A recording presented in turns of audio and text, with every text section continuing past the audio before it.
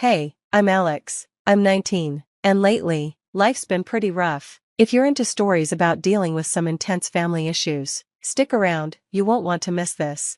3 years ago, my mom passed away suddenly in a car accident. My dad and I were heartbroken. My older sister, Emma, was already in college, so it was just me and dad left at home, trying to cope. It was hard, but we managed to support each other. Then, about a year ago, Dad started dating a woman named Stephanie. At first, I was okay with it. Dad seemed happy, and Stephanie seemed nice enough. Alex, honey, how was school today? Stephanie asked in this overly sweet voice as I walked through the door. Fine, I mumbled, heading to my room. Now, Alex, Dad said, don't be rude to your stepmother. The word stepmother still made me feel weird. I forced a smile and replied, sorry, school was fine. Stephanie, lots of homework. You look tired, sweetie, are you okay? She asked, looking concerned, but I couldn't tell if she was being genuine. I'm fine, just stressed about exams, I said, gripping my backpack tighter. Dad looked at me, worried. Maybe you should cut back on some of your activities if school's too much. It's not too much, Dad, I can handle it, I insisted. Stephanie stepped closer and lowered her voice. Alex, if you're feeling overwhelmed, it's okay to admit it. We're here to help. I just nodded, afraid I'd say something I'd regret. The truth was, I wasn't just stressed, I'd been dealing with depression for months. Dr. Martinez, my psychiatrist, had been helping me, and the antidepressants she prescribed were starting to work. But Stephanie had been hinting that maybe I was overreacting, as if my depression wasn't real. Later that night, I called my sister Emma. Hey, little bro, how's it going? Not great, Stephanie's at it again. What did she do this time? It's more what she doesn't do. She keeps suggesting I'm exaggerating about my depression, and now Dad's starting to believe her. Emma's voice grew firm. Alex, listen to me, you know what you're going through, don't let them make you doubt yourself. I know, it's just hard. I miss Mom, she would have understood. I miss her too, kiddo. Look, I'm coming home next weekend. We'll talk more then, okay? After hanging up, I stared at the ceiling, thinking about Mom and wondering what she'd think of all this, about Stephanie, and about Dad. A knock at my door interrupted my thoughts. Yeah? Dad poked his head in. Hey, can we talk? I nodded, sitting up. He sat on the edge of my bed, looking uncomfortable. Alex, Stephanie and I are worried about you. We think you might be putting too much pressure on yourself with school, and this depression stuff. I couldn't believe what I was hearing. Dad, it's not just talk. Dr. Martinez diagnosed me. The meds are helping, I said. He shook his head. I'm not sure about those pills. Alex, Stephanie's been researching, and she thinks. Stephanie's not a doctor, Dad, I interrupted. Don't raise your voice at me, young man, Dad warned. We're just trying to help. I took a deep breath, trying to stay calm. I know, Dad, but I need you to trust me on this, and trust Dr. Martinez, too. He sighed, standing up. Just think about what I said, okay? When I came home for summer break, I hoped things would get better, but as soon as I walked through the door, I felt the tension. Welcome home, sweetie, Stephanie said with a sugary sweet tone, but her eyes were cold. We've missed you so much. Thanks, I mumbled, hauling my bags upstairs. That first week back was rough. Stephanie was always there, watching, commenting. You look so tired. Alex, are you sure college isn't too much for you? I'm fine, Stephanie, just readjusting to being home, I'd say, but her questions didn't stop. Every day, she made little comments about how I looked or acted. It was driving me crazy. Then one night, everything came crashing down. I was in the kitchen grabbing a snack when Stephanie cornered me. Alex, we need to talk about your condition. I tensed up. What about it? Well, your father and I have been talking, and we're worried you might be exaggerating your symptoms for attention. I couldn't believe what I was hearing. Exaggerating? Are you kidding me? Now, there's no need to get defensive, she said. We're just concerned. You don't understand anything about what I'm going through, I yelled. Dad walked in, frowning. What's all this shouting about? Stephanie turned to him, tears in her eyes. Oh, honey, I was just trying to talk to Alex about his depression, and he blew up at me. That's not what happened, I shouted. She accused me of faking it. Dad's face turned cold. Alex, that's enough. Stephanie's just trying to help. I stormed off to my room, slamming the door. My head was pounding, so I reached for my meds, only to realize the bottle wasn't there. Panicking, I tore my room apart, but I couldn't find it. I rushed back out. Where are my antidepressants? Stephanie and Dad exchanged a look. Alex, Stephanie said slowly, we got rid of them, for your own good.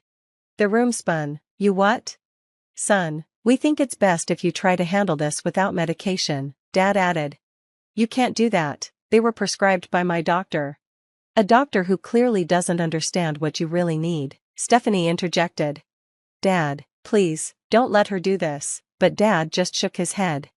I think Stephanie's right, Alex, you need to learn to cope without pills. The next few days were unbearable without my meds. I barely left my room, couldn't eat, and couldn't sleep. When Emma came home and saw me, she knew something was wrong.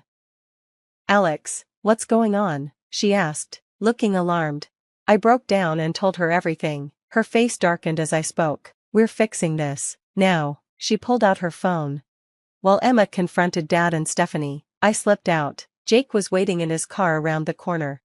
You okay, man? He asked as I slumped into the passenger seat. Not really, but I will be. Jake drove me straight to Dr. Martinez's office. When she heard what happened, she was furious. This is completely unacceptable, she fumed, writing out an emergency prescription. What they've done is dangerous and illegal. As we left the pharmacy, my phone buzzed. It was an unknown number. Hello? Alex, it's your Uncle Robert. I hadn't heard from him in years. Uncle Rob, what's up? I've been trying to reach your dad, but he's not answering. Is everything okay there? I hesitated. Not really, Uncle Rob. Things are pretty messed up. He paused. Tell me everything, kid. As I talked, I felt a small glimmer of hope. Maybe, just maybe, things could change. After all that happened, I couldn't stay at home. Jake's family took me in without asking questions. You can stay as long as you need, Alex, Jake's mom said, giving my shoulder a squeeze.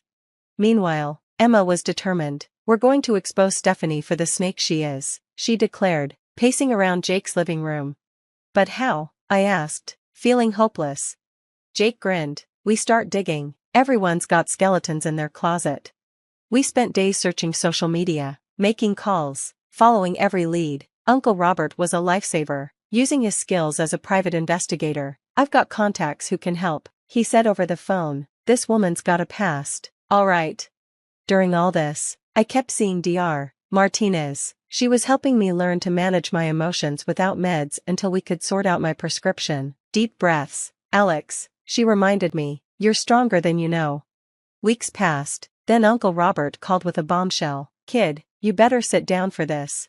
Stephanie wasn't just manipulative, Uncle Robert said seriously. She's a con artist. 3 previous marriages, all ending in divorce after she drained their bank accounts. There are even reports of child neglect from her second marriage.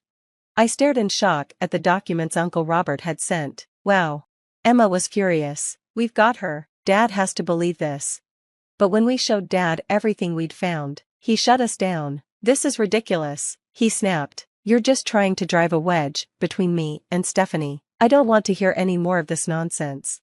Things only got worse from there. Somehow, Stephanie found out about our investigation, and she started spreading rumors around town. Suddenly, I was labeled as the unstable kid who was supposedly making up lies about his stepmother. I hit rock bottom. One night, sitting alone in Jake's guest room, I even thought about dropping out of college. I can't do this, I told Jake, my voice breaking. Yes, you can, he insisted. We're not letting her win. Then, just when things couldn't get any crazier, my grandmother showed up out of the blue. Nana? I said in disbelief as she walked into Jake's house. Oh, my sweet boy, she said, pulling me into a hug. I came as soon as I heard what was going on. Having Nana there felt like a breath of fresh air. She didn't try to fix everything or offer empty advice, she just listened. One evening, she looked at me and said, You remind me so much of your mother. She never backed down from a fight, either. Those words lit a fire in me. I wasn't going to give up. Not now, not ever. Then, just as I started to feel hopeful again, Uncle Robert called with news that changed everything. Alex, I've been digging into Stephanie's current job, he said, his voice tense. She's been embezzling money from her company, serious fraud. I was stunned. This was the smoking gun we needed. What do we do now? I asked, my heart racing. We take her down, kid, Uncle Robert replied, once and for all. With that, Emma, Jake, and I spent days planning our next move. We need to do this right, Emma insisted. No room for error. We gathered all the evidence, financial records, witness statements, everything. Then we made our move. I'll never forget the feeling of walking into Stephanie's workplace with a folder in hand, my heart pounding. We need to speak with your CFO, Emma said calmly. It's urgent. What happened next was a whirlwind. Stephanie's employer was shocked, then furious. They called the police immediately. Watching Stephanie get led away in handcuffs felt surreal. This is all a misunderstanding, she cried, but it was over. Stephanie shrieked as they took her away, her mask finally slipping. Dad showed up at the police station, looking completely stunned. Alex, what's going on? They're saying. Stephanie. It's all true, Dad, I replied, feeling strangely calm. Everything we tried to tell you. The look on his face when he realized how wrong he'd been, I'll never forget it. Later, at Jake's house, Dad tried to apologize. Son, I'm so sorry, I should have listened to you. Can we try to fix this? Part of me wanted to say yes, to have my dad back, but another part of me knew better. I'm sorry, Dad, but no, I need to focus on healing and on myself. His face fell, but I held my ground. Years of therapy had taught me the importance of setting boundaries. The trial was hard, testifying against Stephanie, reliving everything she'd done, but seeing her face as the verdict was read was worth it, guilty on all counts. As she was taken away, I felt a weight lift from my shoulders. It was finally over. Life after wasn't easy. Dad became somewhat of an outcast. People in our town whispered about how he had enabled Stephanie and ignored his own son. Part of me felt sorry for him, but I also knew these were the consequences of his choices. Returning to college was strange. In a small town, news spreads fast. People knew bits and pieces of what had happened, but I kept my head up, focusing on my studies and my mental health. Dr. Martinez was proud. You've shown incredible resilience, Alex, she said during a session. For the first time in a long time, I felt genuinely proud of myself too. Question for you: if you were in my position, would you forgive a parent for choosing someone toxic over you and doubting your struggles? Or do you think keeping strong boundaries is the healthier choice? Share your thoughts below. Your experiences might help others going through similar situations. If you found this story meaningful, consider giving it a like. It helps get stories about overcoming toxic relationships and mental health struggles out there. And if you want to hear more, hit subscribe. Together, we can break the silence around family betrayal and mental health challenges. Remember, your mental health is important, and you deserve support. Thanks for being part of this community.